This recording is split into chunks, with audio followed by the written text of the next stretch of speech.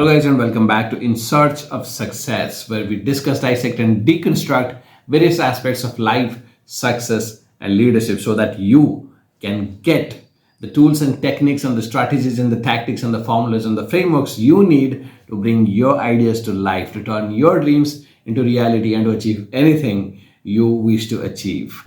Season 1 is focused on leadership, and today our guest to discuss with us leadership is Swati Malik. Swati is the Vice President of Cloud Services at Blue Yonder. She's an alumni of IIM Bangalore, and she brings to us 22 years of corporate experience. That's a ton. So the discussion was fantastic. There were so many different tactics and strategies around how to become an effective leader and how to create the workplace of the future. So go ahead, enjoy the discussion. I'll see you at the end.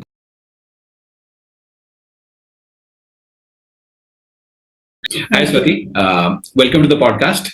I'm excited to have you here, and I'm hoping to have a great discussion. Are you excited for this? Absolutely, Deepak. Pleasure to be here. Thanks for this opportunity. So let's start with some basic questions. Who is a leader according to you? I think in my mind, a leader is somebody who inspires, makes an impact, and puts others before self. Okay, that's pretty crisp. So do you think if I give you four choices, let's say there is a political leadership, right? Then let's say there is a social leadership, like Mahatma Gandhi and Martin Luther King and stuff, who believe in a particular social cause or a problem that needs to be solved, and then they dedicate their entire life.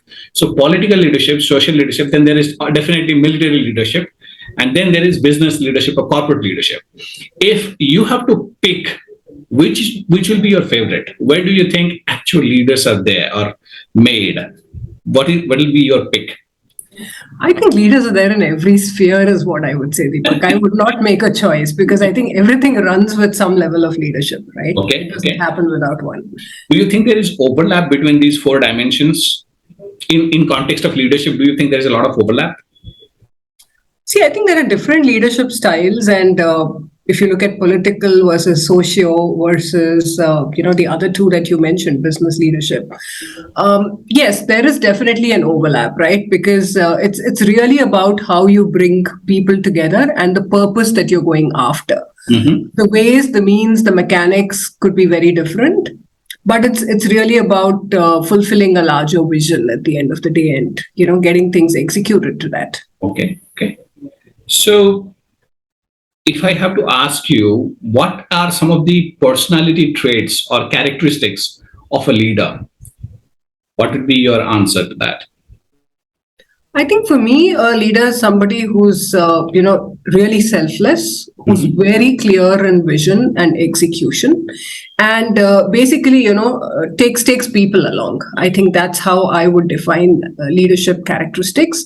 Mm-hmm. Definitely strong communication, empathy, the whole ability to be able to foresee beyond what is in front of you and actually get people to believe in that cause and work towards it, right? Mm-hmm. So vision, empathy, communication, anything else you want to add here? I think openness is important as well in the mind, right? Not necessarily in communication style, because I've seen leaders have different kinds of communication style. Mm-hmm. But I think openness in the mind is extremely important to be able to, work through different dimensions and look at how things can be explored and, approached in multi-dimension forms. Okay. Openness. Okay. Now, from my experience, when I talk about leaders, I have worked with leaders, I see a clear distinction. People who are organic leaders, who are not dependent on some kind of designation or positional authority, right? They don't have it, but they are leaders, organic leaders, because people want to follow these people, right? Yep. So in that sense, I have seen almost always, these people are curious and they are always seeking feedback. If they did something, they're always asking for feedback, right? Do you think that is something you have also experienced, or your experience has been different? I think I've seen both sides of the coin, Deepak, is what I have seen. Mm-hmm. Basically, I think more than just seeking feedback, I think people who are true leaders, regardless of positional authority, are people who actually believe in the purpose. right? The vision, And vision and who are able to connect, right? I think feedback is one element of connection, is the way I. absolutely. So they were able to connect how? Using what kind of skill? We would call it emotional connect, using emotional intelligence. What would you define it as connection? When you say human connect, what do you mean actually? I think it's really about, just making that connection, getting ideas, being able to show people the cause and the purpose, and, get that belief in bringing things together. Okay. I've seen some of them to be very, very humble people as well. Okay. And I've seen people who are also extreme drivers as well, right? Just the two ends of the spectrum. But I think to your point that you made earlier, right? I think high EQ definitely plays a role there. Okay.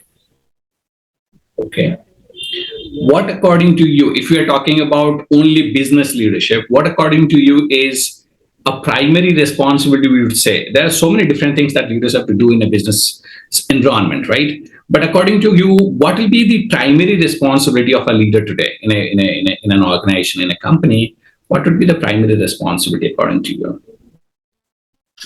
If you're asking me from a pure business perspective, it's obviously to take people along and deliver results. That's how you get measurable.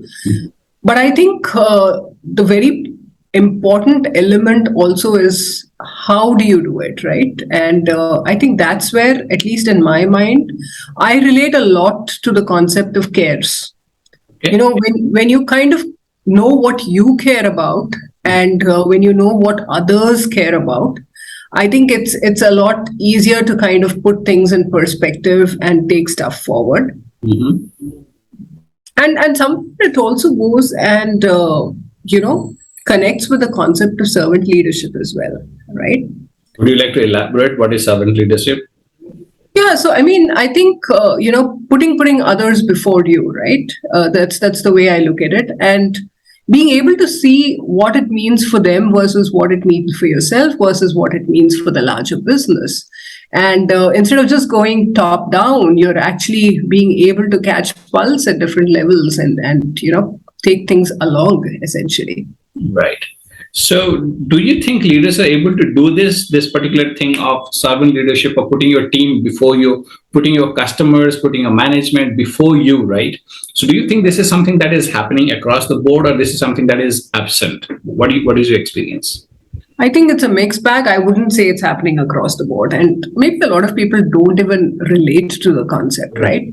But I think as things are evolving, I definitely find a lot of leaders looking inwards, being a lot more, participative, collaborative, human, versus just being autocratic and driving results, right? So the playing field is changing in the context of leadership. It's evolving. So you have been in the industry for a couple of decades now, right? Do you think over the last couple of decades, leadership styles have evolved a lot, or it has been slow progress, or how has been your experience? For example, I would say when we started working, right, the leadership style, as you said, autocratic, right? This is the way we have been doing it. Stick to the path. Do what you are being told.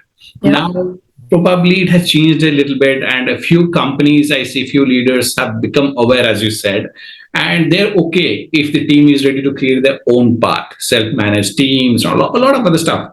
Do you think there has been a lot of evolution, or do you think there is still a lot to achieve in that space? How are you positioned? How has been your experience in the context? I think there's definitely been evolution, but I wouldn't say like super rapid pace. I think there's still, a lot of scope there. And now with virtual teams, virtual working, and all of that, we definitely have to change our mindset as leaders to be able to, move along the trajectory of essentially what we're doing. But I think what I've seen also evolving is situational leadership, right? So people have been open in terms of how they handle situations, manage situations, and the same leader could exhibit very different styles based on situations. Okay. So situational leadership is what you were referring to? Yes. Okay. Do you See, I think? think the basics actually remain the same, right? Because if you actually look at the crux of what happened historically, or you look at today, I don't think human behavior or human thinking or psychology has changed too much, right? So you always have a mix everywhere, but I think there's a lot more self-awareness in pockets and a lot of things evolving from that perspective as well. Got it. So do you think when you say evolution and evolving human behavior, sorry, human behavior remains same, but we have to become much more aware and relatable to the aspects of human connect, as you said, right? So do you think while doing this, a leader today has to be a continuous learner, have a curious mindset, or a leader should be someone who knows all? How does it work actually? I don't think a leader can ever know it all, right? I don't think it works that way for any human being. So I think continuous learning is always something that we have to be on top of, whether it's technology, whether it's self-awareness, like I was mentioning earlier, or whether it's the business, the macro environment, all of that. So I think learning is constant, and it is something which is very critical to the success of a leader. If we say leaders are know it all, that means we are actually moving out of the space of being vulnerable, right? And that doesn't happen. You have to be vulnerable as a leader, because there's a big myth that leaders cannot be vulnerable. Right. If I say leaders cannot be vulnerable, they have to know it all, and that's not how reality works. Reality works, right? Absolutely, love it. So when you say vulnerable, right? Let's say I am a CXO or I'm a senior leader who is taking up or joining a new company, and I have a new team which will come to work with me. So do you think this is a scenario where I have to project myself as somebody who the team can depend on, or should I project myself to create that initial impression that I'm strong as a leader, or I have to create an impression that, hey guys, I'm just a human just like you, and I'll need a lot of help from you guys to understand how things work around here, and maybe a little bit of hand holding in the initial days, and probably then we can form a proper bond and work together. So what do you think should be my approach when I join a new team? Should I open up, say that, hey guys, I don't know this, which is kind of being vulnerable, saying that I'm also a human being, I'm a little overwhelmed, this is a new role, a lot of different things to be learned. So be vulnerable or show your strong side, and probably later you can become a little vulnerable when you have created a bond. What would be my approach? What would be your advice to me? I think if you're in a senior leadership into a new position, obviously you're there for a reason. There is something that you bring to the table, which has actually got you that position and role. And for me, the key thing is be yourself when you get there, right? So be open, talk about what you bring to the table, what are your strengths, what are you looking forward to, and also be candid about areas where you're looking for the team to stand up and fill in the gaps for you and take the journey together, right? I think having that messaging very clear for people to be able to see who you are, you have to show up as who you are. Right. And that is extremely, extremely critical. That means there's a little bit of vulnerability to it. So be it, right? Yeah, be authentic, be yourself. Be authentic, exactly. Okay, makes a lot of sense. Okay, coming to, I asked you about receiving feedback or seeking feedback as a leader. But do you think in our corporate world today, in companies and organizations, leaders know how to give feedback? What are the different parameters of feedback should be based on? Like feedback should always be timed properly, and you should not wait for your half yearly or annual appraisal meetings to give your feedback. Do you think there is a little bit of awareness and education around giving feedback, or that is something that our leaders are yet to learn? What's been your experience? I think most corporates have got very structured processes as well as tools around this arena, right? About giving feedback and about seeking feedback. But how authentically do we do it, like a tick mark, or do we do it very, very seriously to actually make a difference? I think that's where we are still on the journey, right? But in terms of your question, whether there's awareness, definitely there's awareness. And there are a lot of programs that happen even for first-time managers where they are taken through the importance of all of this, right? So awareness is definitely there. But I think what also comes in is the personality of the leader, as well as, how do you actually make that happen? Okay. Okay, makes a lot of sense. So, if I say, think of a leader, who comes to your mind? Yeah, if I look at going backwards, there are many, right? You can look at, you can look at Mahatma Gandhi. If I look at today, I could say probably Greta Thunberg, right? Or Malala Yousafzai. So I think there are many different leaders like that who come to my mind. And in some sense, they are all leaders in their own right, doing different things at different points in time. Okay. Do you see overlap of personality types or characteristics among all of these people? You mentioned three of them. Do you think there is overlap of a lot of characteristics, leadership characteristics? Can you name a couple of them? Yeah, I think definitely purpose. Purpose, okay. I definitely, putting others before self, larger cause. Okay. Very, very strong in communication and being authentic about what they think Right. is important, right? Okay. Absolutely. Absolutely. Okay. Anything else? Oh, I mean, I was just thinking, like there've been different kinds of leaders, and it's really there's a lot to learn, right? If you go back and look at maybe Chanakya in Indian history, right? Right. Not really a leader as in positionally a leader, right? But drove a lot of things that happened around. Right. If you look at Alexander, he was a leader, but then from his perspective, I think the way he played out strategies are very much relevant even today to the business world, right? So it's I think definitely it's all about a person who's ready to stand up and show up first. I think that's the key thing across all the different personality types that I was just talking about. Makes a lot of sense. Here's a question. Do you think in the corporate world today, since we both come from the corporate world, do you think in the corporate world today we have leaders or we are lacking leaders in terms of numbers? I'm asking. Do you think there is a mismatch between what we need in terms of number of leaders and what we have? How are you putting it? Yeah, I mean, I think we have good leaders, but there is a lot more we need to do. We need a lot more leaders, We right? need a lot more leaders. Yeah. What's lacking? Why don't we have many leaders that we need? Why do you think there's a demand and supply gap there? What's missing? I think it's very important to pick the right kind of people and groom them towards leadership.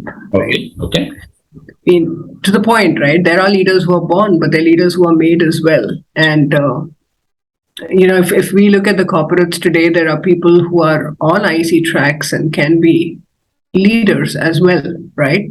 So I think it's extremely important that we pick and we create those right succession plans and paths to make sure that we have leaders evolving at every level in the corporates, Right. not just at the top or but all through the pyramid. All through the pyramid. Okay. So here is a question. If again, this is relative to my experience, so you can tell me whether your experience is overlapping or it's totally different, right? I've seen when it comes to an individual contributor, a team member becoming a manager, right? There's a huge change in terms of work ethics and execution style and stuff like that, right? Now, when a manager becomes a leader for the organization, again, it is a huge change for that particular person, right? So I have seen and I have heard people who have made this transition from a manager to leader, but it has been a tough journey for them, right? Yeah. You mentioned many different reasons why this is so different, and some of them has even gone back and accepted IC roles, individual contributor roles, right? So do you think this is such a big change? And if yes, you also believe the same thing and you have experienced similar things, then what is missing? Or if I am a new leader who has just been promoted from a manager to a leader, corporate leader, what should I do? What should I do to make this transition for me easier and it's not creating a lot of trouble for my team members or the organization? So what would be your advice to me? What are 2-3 things that I should definitely do which will ease my transition from a manager to a leader?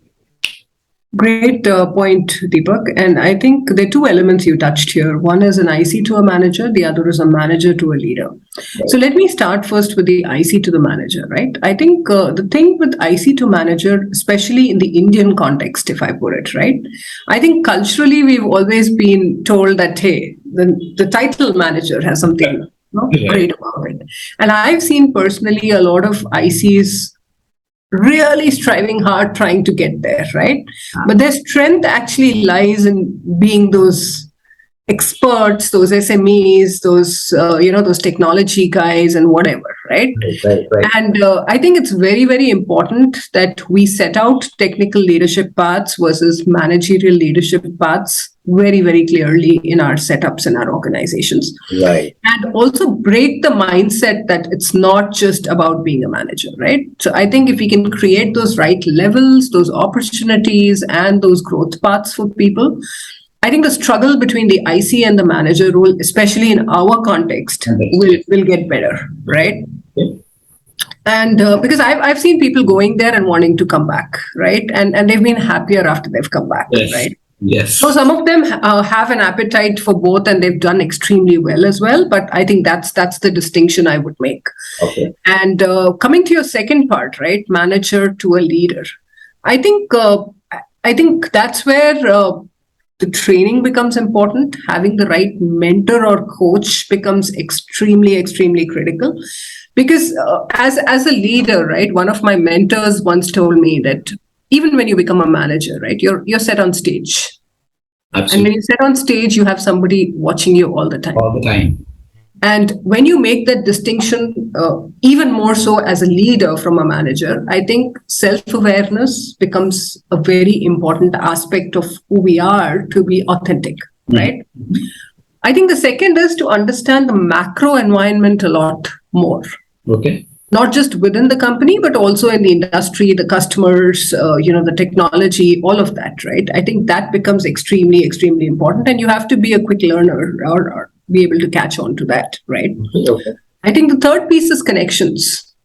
Having the right kind of networks and connections as you grow as a leader are extremely, extremely critical, because being well connected is critical not just for the company and the business, but also for your teams, right? Because your teams look up to you. And of course, the emotional quotient, the recognition, the purpose, standing up for your team, all of that is, of course, extremely, extremely important.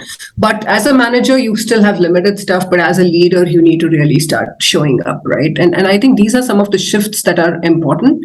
And it's very, very helpful to have a mentor or a coach at every stage of transition, I would say, in your career, whether it's an IC to manager or manager to a leader, or even a leader taking on, different kind of roles and responsibilities, because you might just do a lateral move across different lines of business. Right.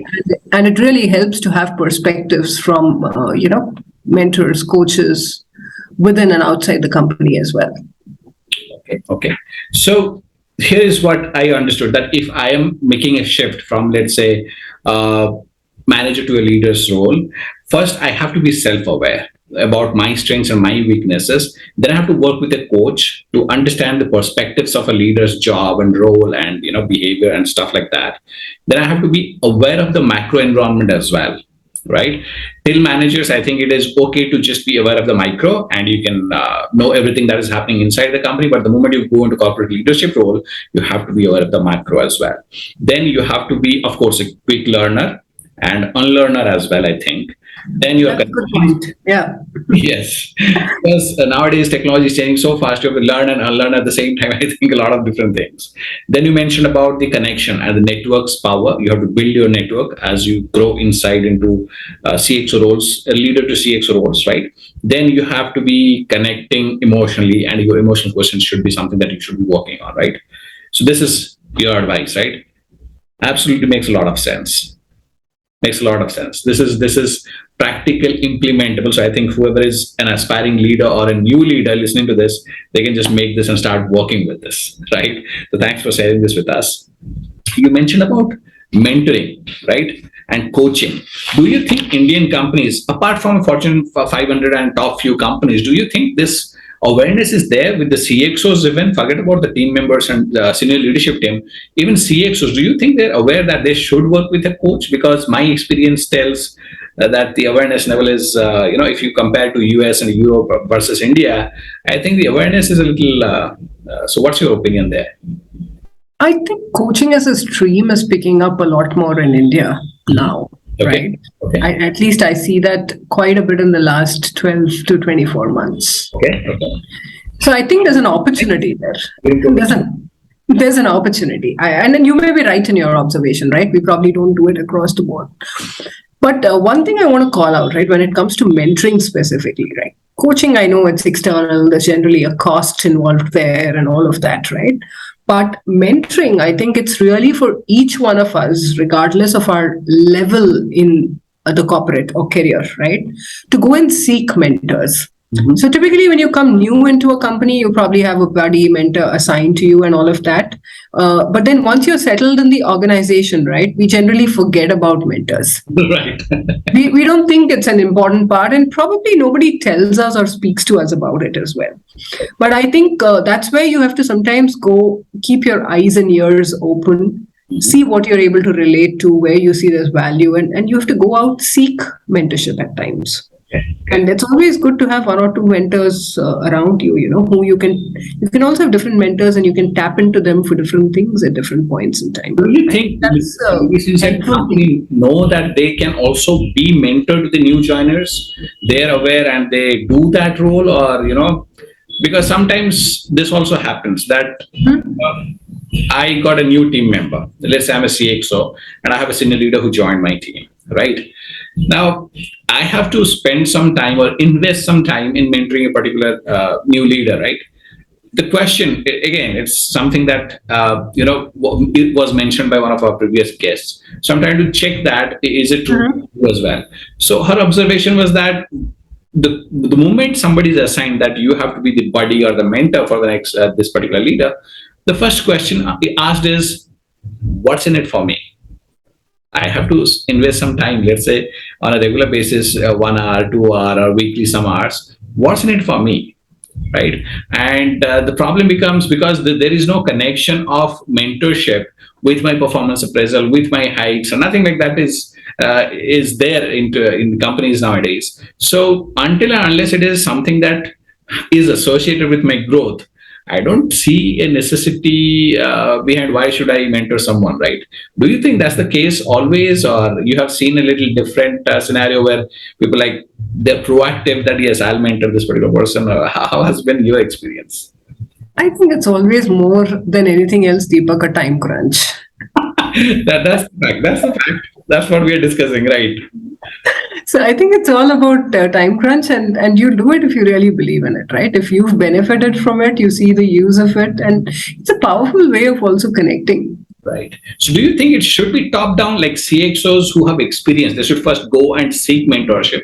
Once they have experience, they should also advise their leadership, hey, I have experienced this, the benefit of having a mentor, working with a mentor. So I'm ready to pass on the same benefit to you, pass it forward, and then you can probably do it with your managers and team leaders. Do you think that's how we should do, or do you think there is a better strategy than this?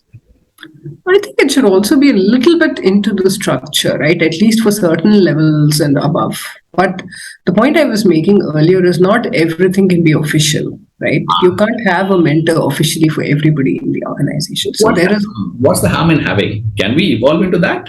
Can we have that officially? I don't think so right now. That means you see some kind of negative side there. Not negative side, but I think, it's also, like I said, about where you're going to invest and what you're going to invest into, right? You can, and there's different types of mentorship and coaching, right? There will be people you want to invest long-term into, while there may be some people where you're going to be just providing situational mentorship, right? So some structures could help with the first one that I was just talking about. But I think going back to my prior point, right? I think seeking for yourself is always the best way. Right. Seeking for yourself. Agreed. It's just like you want to build knowledge, right? You were talking about training and learning and unlearning some time back. Right. I think this is also a very important aspect of the same thing. We always look at more knowledge gathering, right? We look at, okay, how can I be more knowledgeable on this subject or this topic? but I also need to be knowledgeable about some of those subtler aspects of my work, role, and personality as well. Yeah, basically I have to learn from others' experience and kind of incorporate that into my growth as well, I guess, Yes. with you. So next question, which is, I believe I asked the question, what is the primary role of a leadership? When you mentioned that it's about having a vision and taking people with you there. And it's a lot about having the vision and influencing and execution as well. That's what you mentioned. So I believe if I am asked that question, my answer is the primary role of a leader is to create a work environment where people can thrive, right? And people, as in all the employees, nothing specific, because everybody comes with their own set of strengths and weaknesses, and creativity wise, problem solving wise, everybody is different, right? But you create an environment where everybody thrives and everybody has the clarity. So the top part which you provided is, yes, they should have a vision, they should communicate that vision as well with clarity to everyone, and they should be able to bring people with them to the next level and show them, hey, we had a vision and we can actually go ahead and achieve it, right?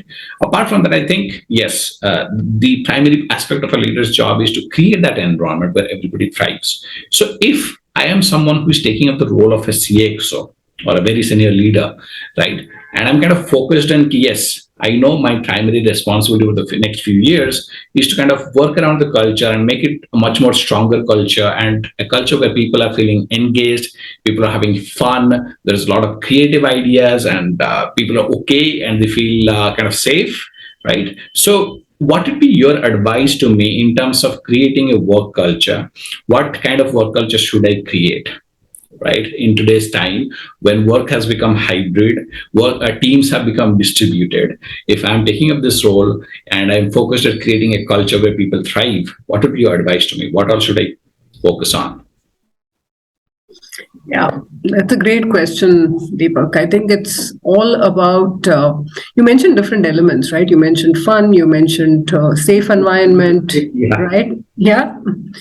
You mentioned about thriving, being creative, being innovative.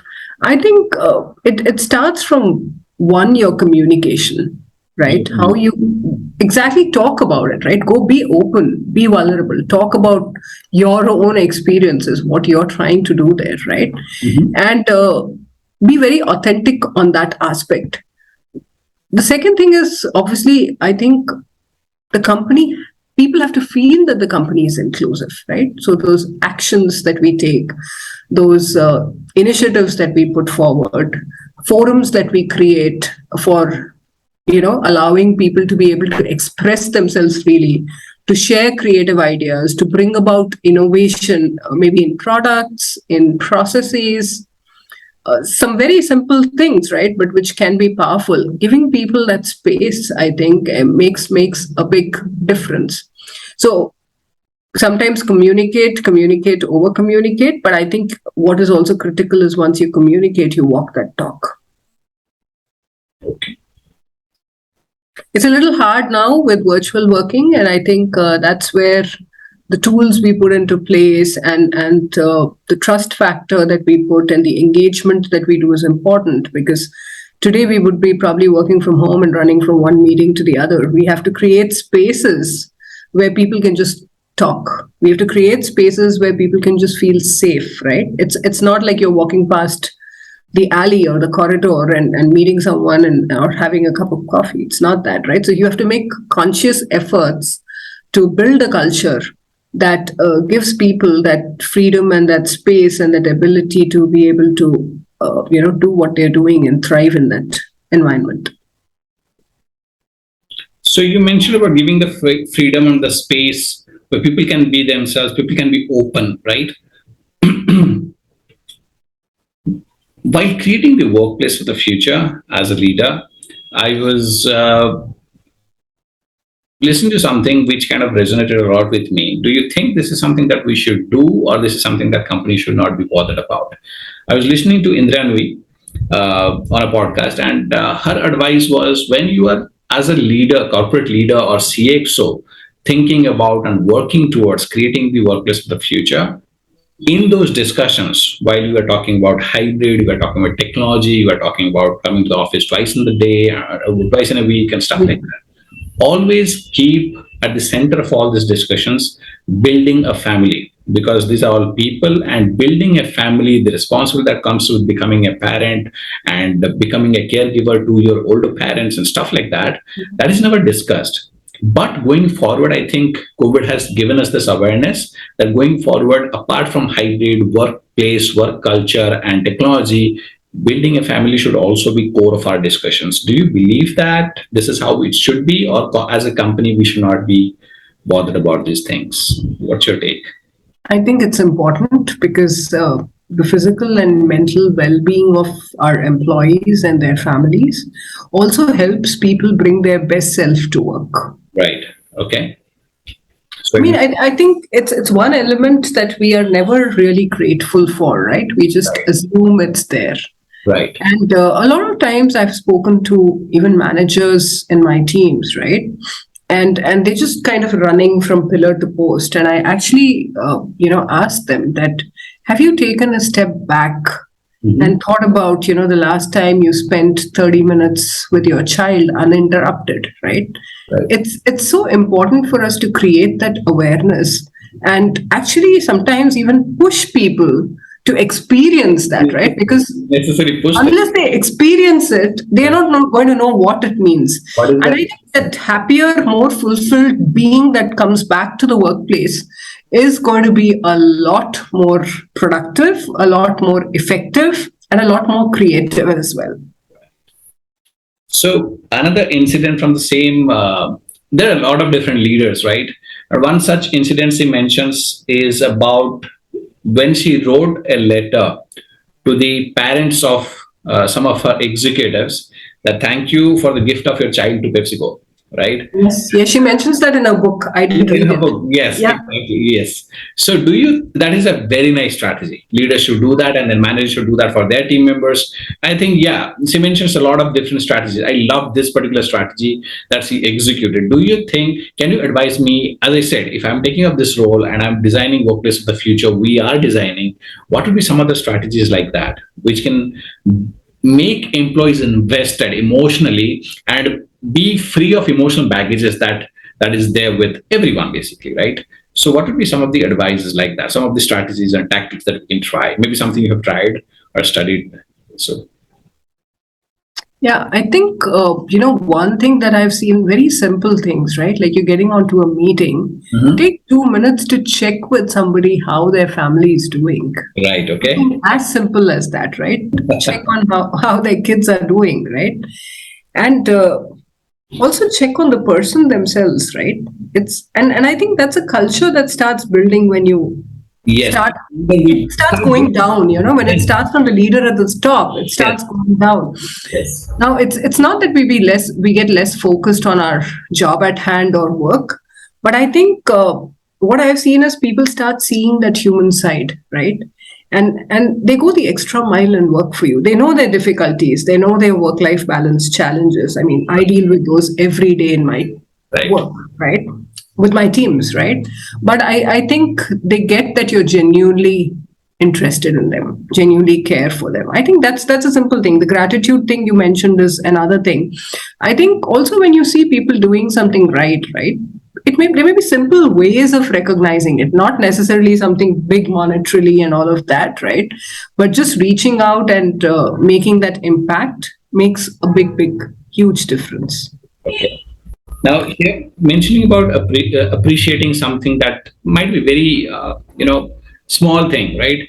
So, do you think in terms of creating a workplace which is engaging, I mentioned, right, and where employees are thriving? So, in terms of engagement, do you think, I have read this in a case study from HBR, where we are talking about letting people know that whatever app they are creating, whatever lines of code they are writing, how is it actually impacting a customer in US, Europe, and somewhere, and then how that customer satisfaction or feedback is flowing back to the company, to the management, and probably their managers or the skip level managers, CXOs walking up to them and saying, hey, we received this, particular feedback on this particular feature which you developed 2 years back. So do you think these activities are something that is regular, or that is something that needs to be done more?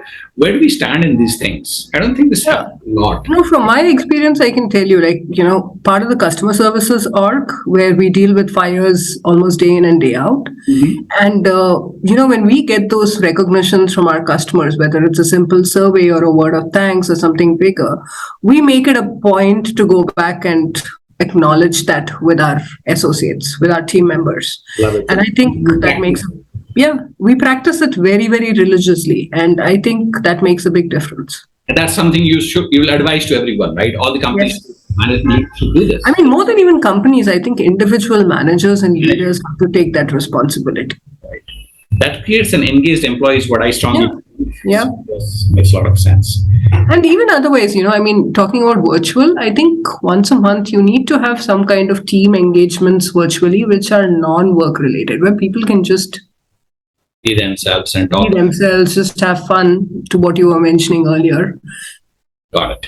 As we discussed, leader is a person who has a vision. Then he communicates the vision and kind of brings people with him to the next level, right? So, in essence, this is basically changing stuff, right? And when, as a leader, I'm introducing a change in terms of processes, in terms of product development, in terms of anything, right? We do. A basic statement is humans resist change. Do you believe that's true? And if it is true, what should be my approach? What will be your advice to a newly appointed, let's say, senior leader or a CXO? That what should I do? These three things you do, and your leading this change will be much smoother, and you will have no resistance or minimal resistance. What would be your couple of strategic advice or tactical advice to me in terms of leading change or initiating some kind of change and making it happen? What would be your advice? I think first thing is to be very clear, like you said, with the vision, and actually call it out, right? Call it out very, very clearly as terms of what you want. Sometimes it also means hard communication, right? Sometimes it also means making changes that need to be made because it's required for us to get to that direction. So I think first thing is to have the courage to do that. Yeah, you're advising us to start with communicating the vision. Yeah. Have clarity and have courage about what you're doing, right? And let people see that. Okay. Because that itself gives a sense of direction and purpose for people, right? I think second thing is connecting, connecting across different levels. And it may not always be one-on-one that the CXO or somebody in senior leadership can do that, but making those critical connects and messaging and the right forums where, that information can pass down. And sometimes also involving people in that change management process, right? Extremely important. When you say involve people, and that will make your job easier, what do you mean by involve people? I think you have to definitely look at, who are the key critical people at the next levels that you need to seek feedback from, right? Okay. Probably people who exist there who already know things better than you, and you have to kind of get that process. You have to find also people who can be change agents for you. Okay. Across the org, right? Okay. So one is the larger communication of the vision and the goal and where we are heading. I think second is making those right connects and identifying those right change agents and beginning that process across different layers within the organization. Okay. Okay. Then anything else? And the third thing I think is, starting to execute where people start seeing what you're speaking and what's happening across is actually turning into action. Okay. I think these are three key things when you're starting off there. So first is communication, overall communication about the vision or about the change that is about to happen. And you just mentioned what is going to happen, or you mentioned anything else? I think initially what you think about it. Second, why is that important? What's in it for everybody, right? What's in it for the company? Okay. And so therefore, what's in it for the employees? So basically communicate the vision. How is it going to impact them or help them going forward, right? And then identify the change agents, right? And take their help in kind of executing. The third step you mentioned about executing or taking action, and show people what actually it means and what could be some of the pro cons and how we take it forward, basically, right? So these are the three steps. And accelerate a few of those things, right? Because accelerate a few of those things that are actually going to make that start making that impact. Okay. Okay. So we have a 4-step change implementation or leading change strategy. Thank you for sharing this. Awesome. Now coming to a little bit, you mentioned about, I think 2 questions back, you mentioned about taking some initiatives when I join a particular company, right? Taking about initiatives, talking about the ideas that I'm about to implement, and engaging your audience. I mean, basically my team with me, that probably we should go in a particular direction, and we discuss about change management.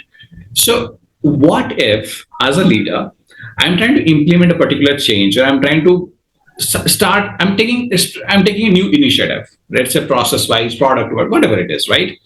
And when I presented it to my management, right, let the CXO team, they kind of rejected it. What do you advise me to do? Chuck it, or what should I do? Basically, I know this is good for the company. I know this is going to be beneficial to all the employees. I know on the long term it is going to be beneficial for customers. So customers, business, employees, everybody is going to be benefited. So I have the idea. I presented the business case to my management, CXO team, and they kind of rejected it. What should be my approach? I would definitely go back and ask why, right? At least understand why they rejected it. What is it that they think is not going to work, or do they see differently? I think that's first thing I need to not get rejected. I should not feel dejected, right? I should go back and seek feedback. Okay. And if I still strongly believe that the idea is good, then I need to go back, do my homework, and come back with a revised plan, right? But if there's a genuine challenge that's being raised, then I also need to understand that and work through it if I still strongly believe it's going to help everybody. Okay. And I may have to also seek allies or supporters who can support me with that idea across different business units, or from an external perspective, bring a lot more examples, which I think will make a difference. I could have seen something working outside, right? I could bring that case study, or I could look at some of my own experiences maybe I've had with customers and my team. I could put that forward and say how that scaling that could actually make an impact. So it's situational, but I think these are some of the broad level strategies that I would implement. Right. But if you're convinced, let's say I'm trying to launch a new product, right? And the feedback is there's so many different products like this. This is not making any business sense, right? So that's the feedback, right? And I understood, because as I said, I was looking for the feedback. I asked the feedback and I received it. There's so many different products like this. We don't need to create another one, right? Then I did my homework. I revised and came back. And your advice is to seek alliance inside the company, people who believe in your idea or product's idea, and then kind of collaborate with them, and then present back again when you're ready. Revise your plan, do your homework you mentioned, and then I can go back and revise it and present it again, right? Okay. Sounds like a strategic approach. Yeah, I mean, if it's a product, you also need to see, right? Even if they're multi-products, what is the accessible market value? How can you actually still do it? Does it make sense integrating it with some of your current offerings that could probably give you access to a larger market as well? Right. So why I asked this question is about, I think you're aware of this Sundar Pichai's speech, right? Where he presented the case for a new browser, Chrome browser, but it was like so many different browsers we have. Who needs a new browser kind of thing? So he went back, but he never kind of quit on his own vision that this is going to be really helpful to Google and our employees and our customers. He kept it on the back. He didn't keep it in the back burner. He actually kept working on it with his team for a long time, and again, as you said, revised it, and kind of revised the business case he was making, and then went back and then presented it, I think after a year or 2 years or something like that, and then it was pretty obvious to everyone why it makes a lot of sense, right? So that's what I was trying to understand, and it makes a lot of sense. He took the feedback, he did his homework, he made his alliances with the team members who was already working on them, and they kept working on it, and then he revised his business case and came back after some time, and we know. Yeah, and I think the interesting point that just struck me while you were speaking was the timing is important, right? When you read market timing, yeah, of course. Even not just market timing, right? When you take it back to the board or to your ELT or Right. SLT, right? I think you have to time it right. Right. Makes a lot of sense. So this is perfect. You are a woman leader. Do you think your journey has been difficult? It has been different as compared to male employees, or there has been no difference? How has your experience been? Because there is a lot of discussion around women or female employees not getting that opportunity, or not. We don't have that kind of mix in the boardroom, right? So do you think that is changing at workplace nowadays, or do you think how has been your experience as a woman leader making this journey? I think personally for me, Deepak, I think it's not been that hard, is what I would say. And I think one of the reasons for that is right since my childhood, right? I went to a school where the ratio of men to women was, or women to men rather, was 1:10. Wow. Okay. So right from that age of 5 or 6, I've always been surrounded by boys or men all through my career. Then I picked up chartered accountancy, where there were very few of us again. So Right. I think for me, being in the world, it doesn't matter what gender is, right? I've Right. kind of taken it in my stride, and I think that's always helped me stay at par or ahead on the game. So never really faced that. But yes, I think to your larger question, I still do see that happening in pockets. Okay. I do see people thinking, or people slowing down. And I think it's not just from the organization or from the leaders. I think sometimes even women undermine themselves. Okay. Because when I coach and mentor a lot of women, I also see that when they come back from a marriage break or a maternity break, they sometimes think, hey, am I doing enough? Right? And they may be very, very competent, very, very as effective as a male counterpart, but they shy away from asking for that next promotion or for that next hike. And in a lot of my mentorship sessions, I actually tell them that if you believe in it, you should stand up for it. So I think there is also a lot of conscious effort to develop women leadership across the industry, across corporates, that I see happening as well. And there is still a lot of opportunity there to make more happen. But I think the change is there. It has started. Yes, every individual's journey is unique. And I've probably been very lucky and grateful to have some great male and female bosses through my career who've been very supportive. But I think it's not always the same for everybody. But it's a journey, and I think corporates are making a conscious effort as well. Okay, so you mentioned about mentoring women at workplace, right? So here's my question. If I am somebody who is trying to come back, or I'm already at workplace, but I'm not, even though I have the experience, I've not gotten that promotion, or I have not gotten into that, a senior leadership position. Whereas people who started, men who started with me, they have actually reached the top level. What would be your advice to me? What is lacking? As you said, one point I took out is me undermining my own value and my contribution, what I'm bringing to the table. If I start undermining it, then others believing that is going to be really difficult, right? So that is one. But what would be some of your other advice to a female employee who is trying to, ride across the corporate ladder? What would be your advice? I would say be courageous to speak up. And bring your work out, right? When you're doing the work, kind of learn to sell yourself. A lot of women don't do that. But men are good at selling themselves? I think so. No, that's true. That's been my experience as well. But I have worked with women who are much better at selling themselves than me. So it's amazing. Once they start doing it, right? But yes, get themselves to start doing it, I think, is where the block is. Let me put it that way. Yeah, it's just a mental block, you're saying, right? Yeah. It's also conditioning, right? In a lot of ways, it's also conditioning, societal or maybe experiential. Right. But that's right, because I have experienced that if you take only experience and contribution and talent and expertise, there is no difference between the gender doesn't make much difference. Mm-hmm. When it comes to the progress and showcasing your work or selling yourself, and kind of believing that you deserve this, the next level, right? That's where I think the difference becomes a little, practical, and that's where I think a guy will just go and ask for it, right? A woman will think maybe 100 times before asking for it. Right. Not even 10x, right? Okay, so if I should speak up, I should showcase my work, and I should be able to sell myself. Anything else, or these three are?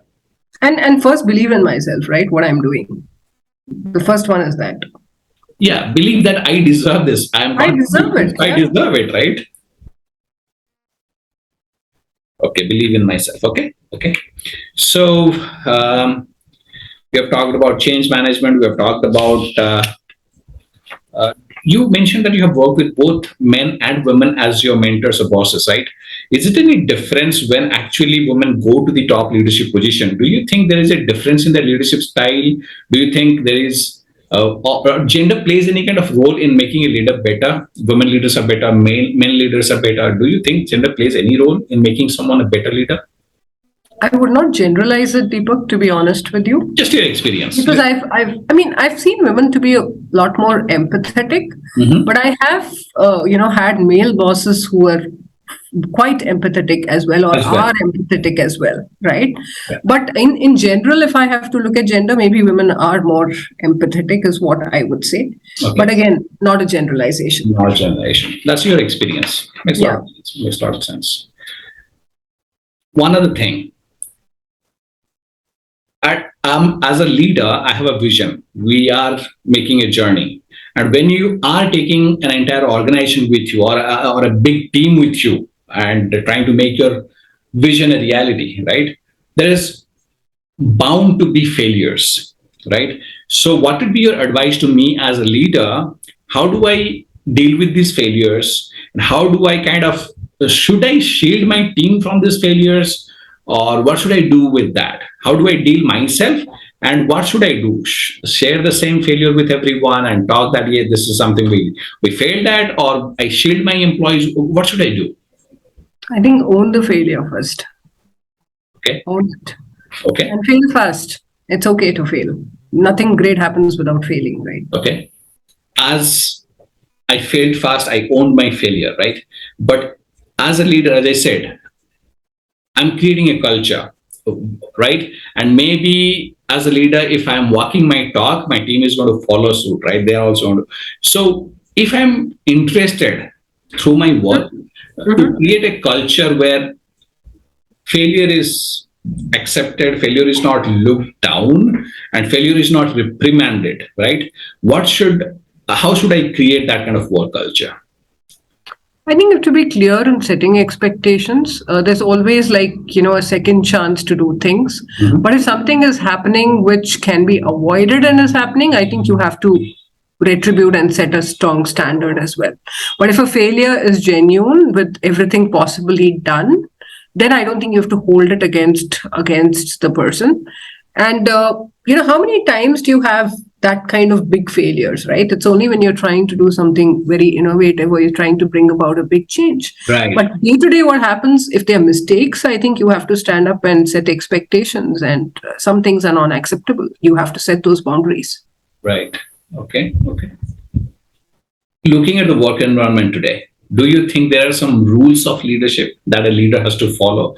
If I'm becoming a leader or I'm an existing leader, are there things which could be rules that I must follow? Like, as a leader, you should never do this. It's a unsaid, unwritten rule. If you are a corporate leader, you have a team reporting to you, big team, small team, or a division, whatever, you should never do this. Or as a leader, you should always do this. Are there any rules that you follow, you have come across, something like that? I mean, I would say as a leader, stand by my word. Okay. Stand by my word. Again, it's part of being authentic. There's no Yeah. projection. Just be yourself and stand by your own word. Walk the talk. Okay. Okay. What is the best piece of advice, leadership advice you have ever got? Best piece of advice. Oh, I think it's the one I mentioned earlier. You're on a stage. Okay. And everybody is watching you all the time, huh? Yeah, I think that was very valuable because it came very early on in my career as a manager/leader, and it evolved over time. How did it help you, that particular piece of advice? I think it kind of shielded me from the fact that people are watching you. They will say things, they will do things. Some of them will support you, some of them will not support you. But at the end of the day, it's the stage. Right. Right. So you kind of, it helped you understand Help me build authenticity, I think, from day one. exactly. So it kind of helped you understand the realities of leadership, and then how do you deal with it authentically. That's the probably best way, right? So that's how it shaped you, right? Yeah. I think, yeah, if somebody gives me that advice, I think that over a period of time, that'll make me self-aware what I'm doing, and I should be authentic. If I'm trying to project something, pretend something as a leader, it's never going to work because everybody is watching you, right? So yeah, it's not going to work. Yeah, I think another way it's helped, Deepak, I really want to call this out, right, is relationship effectiveness. What do you mean by that? I mean, I think when you're standing there and being authentic, I think the relationships you build are very authentic as well. Wow. Okay. And they go a long way, right? Right. People may agree with you, people may disagree with you, but they respect you for your authenticity. Right. That's a big thing for a leader to have, right? Authentic relationships. Awesome. So, any bad advice you have gotten as a leadership advice? Not a bad advice, but I have definitely seen people driving agendas. Okay. That's I think a part of the power struggles that happen in leadership. Going back to your initial point, right? Is it political, social, business? Right. So Got I it. think that happens, but you have to just learn to take it in your stride and figure out your own way of how you deal with it. How you want to deal with it. Awesome. So, thank you, Swati. We have covered a lot today, and thanks for being authentic. Thanks for sharing all this. I think, what, 2.5 pages of notes I have here. So, Wow. I hope my audience, people who are listening to this, whether aspiring leaders or existing leaders, they should take away a lot of tactical advice that they can implement and make themselves effective and influential and inspiring in terms of being a leader and delivering results at workplace as well, and creating a workplace that is, as I said, fun, engaging, and everybody is thriving in that workplace. That's the goal of this podcast. So thank you for your contribution. A lot of strategies, a lot of tactics. I enjoyed this discussion. I hope you enjoyed this thoroughly. It was an awesome discussion, Deepak. It was just great to sit and reflect back on some of these things. So wonderful. Thank you for having me here and giving me this opportunity. Welcome back. I hope you thoroughly enjoyed this discussion with Swati. I hope you have learned a few things, and I hope you have taken tons of notes. I hope you have at least a few ideas that you can take back and start implementing at your workplace. And if not few, I hope at least you have found couple of strategies, couple of tactics that you can take back and start implementing at your workplace starting tomorrow. Yes, starting Monday, so that you can start becoming a better leader, and so that your workplace starts becoming or transforming into that future workplace that we all are responsible for creating, right? So with that, I'll leave you this week. I'll see you next Sunday at 8 a.m. again with another guest, and we'll continue our exploration into the world of leadership. Till then, take care and be limitless.